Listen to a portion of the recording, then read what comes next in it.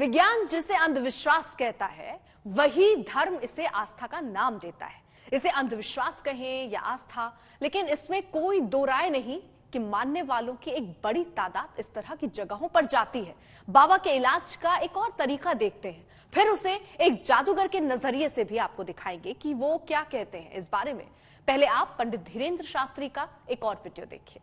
शरीर में पीड़ा, पेट में पीड़ा बनी ही रहती है। विगत 2012 से परेशान है, अनेक जगहों पर दिखवा लिया है। दवा 1.5 महीना 2 महीना काम करती है, इसके बाद ज्यों के त्यों हो जाते हैं स्थिति। तंत्रिक क्रियाओं में भी कई बार उपाय उतारा करवा लिया, अनेक दरबार हुए हैं, फिर भी लाभ नहीं हुआ। आपके कुल देव रुष्ट हैं, कुल में आपके देवी है, देवी की योगिनी आपको परेशान कर रही है, जिस कारण से हैरान है। घर पर जाकर के 108 नींबुओं की माला बना करके देवी को चढ़ावें। एक नींबू का रस पान प्रातः काल उसी माला से तोड़ तोड़ करके प्रतिदिन करें। जो मंत्र उसमें लिखा उसकी 5 माला करें। 28 दिन में आपको आराम लगना शुरू हो जाएगा। आशीर्वाद है। भोले बालाजी सरकार की जय हो। तो क्या इस पूरे खेल में साइकोलॉजी का अहम रोल होता है? क्या ट्रिक के जरिए लोगों का विश्वास जीता जाता है? जादूगर इस पूरे मामले में अलग अलग राय रखते हैं, जिन्होंने हमें मैजिक दिखाकर पूरे खेल को समझाने की कोशिश की। विश्वास जब विश्वास होगा उसकी आस्था से, आस्था अगर उसकी मजबूत है किसी भी क्षेत्र में तो उसको विश्वास होगा। लेकिन हम यदि उसे कोई भौतिक चमत्कार यहां दिखाएंगे तो वो अंधविश्वास में आ जाएगा।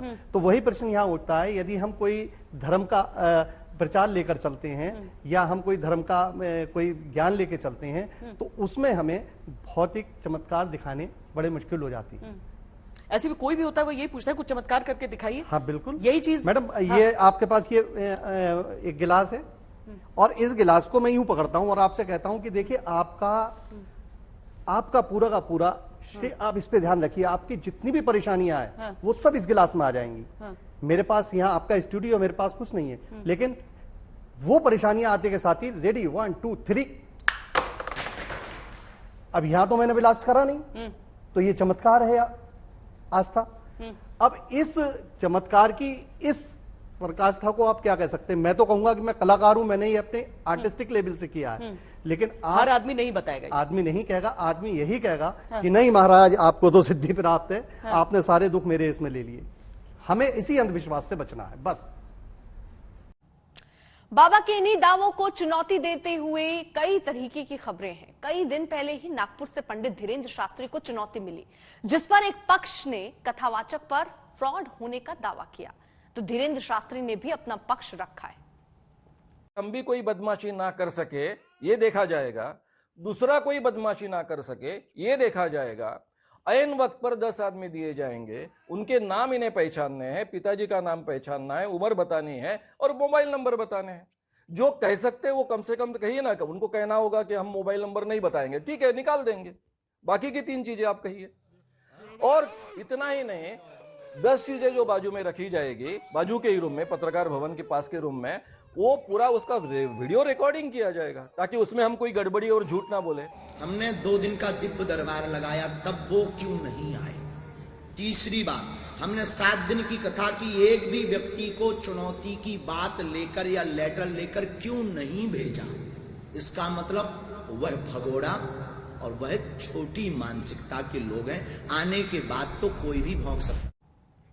आखिर क्या कोई किसी के मन की बात जान सकता है? क्या कोई ये समझ सकता है कि सामने वाला वो शख्स जिसको वो जानता भी नहीं है, वो क्या पूछ सकता है, वो किस लिए मिलने आया है?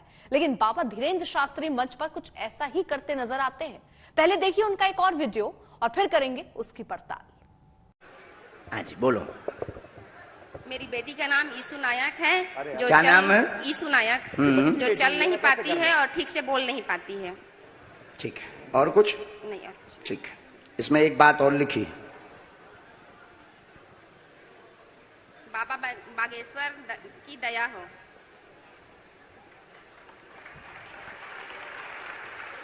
हमारे बालाजी पर्चा भी पढ़ते हैं बहुत अच्छे से, एक एक अक्षर पढ़ते हैं। वो प्रमाणित ये आज का नजारा है रायपुर का।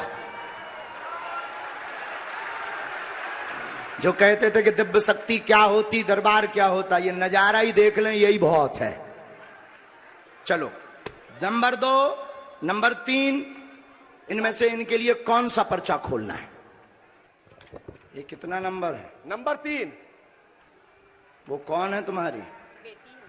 शिथिलता, सुन्नपन, बेटी को पैर अकड़े, चल नहीं पाती, इशू समस्या है, कृपा होगी। अब बाबा के इन्हीं चमत्कारों को हमने माइंड रीडर एक्सपर्ट से समझने की कोशिश की। क्या वो समझ पाए कि आखिर हमारा एंकर कौन सा सवाल करने वाला है? आइए देखते हैं। फॉर एग्जाम्पल, आपके दिमाग में एक सवाल है ना, आपने बोला एक सवाल आप सोच रहे हो, करेक्ट?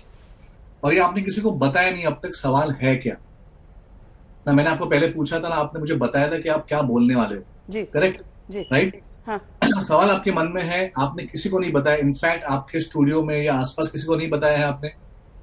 जी, नहीं बताया? नहीं बताया। नहीं बताया, गुड, ओके। तो यहाँ पे मैं कुछ लिखने वाला हूँ, शायद आपके सवाल के आसपास हो, शायद कुछ और हो। मैं बस यहाँ पे लिख के इसको यहीं सामने रखूंगा आपके, अगर आप देख सकते हो तो। ये क्या आपके कैमरा में दिख रहा है क्लियरली? फुल फ्रेम कर दीजिए मंगेश को, हो सकता है मैं दिखे। मैं दिखा दूं कि आप उसको थोड़ा कैमरे के नजदीक लाइए। हाँ, ये जो है ना, हाँ, ये एक पेपर है जिसपे मेरा बेसिकली लोगो है, अगर आप देख सकते हो तो। ठीक है,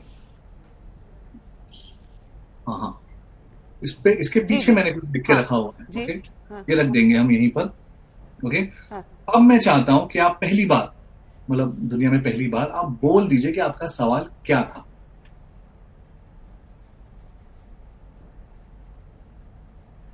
मेरा सवाल यह था कि क्या आप मेरा सवाल बता सकते हैं? मैंने अक्षय से पूछा था, हालांकि इसीलिए इसमें कई लोगों को अब हो सकता है शक भी हो जाए। मैं आपसे पूछना चाहती थी कि आप मेरे मन का सवाल लिख सकते हैं।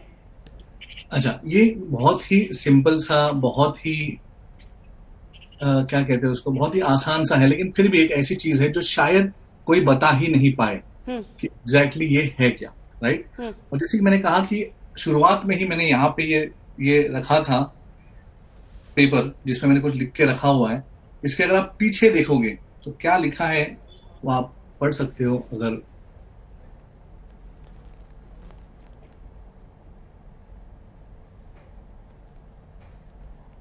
ओके, ठीक है। और आप फिर ये कहेंगे कि ये ट्रेड सीक्रेट है, मैं बता नहीं सकता कि मैंने ये कैसे किया।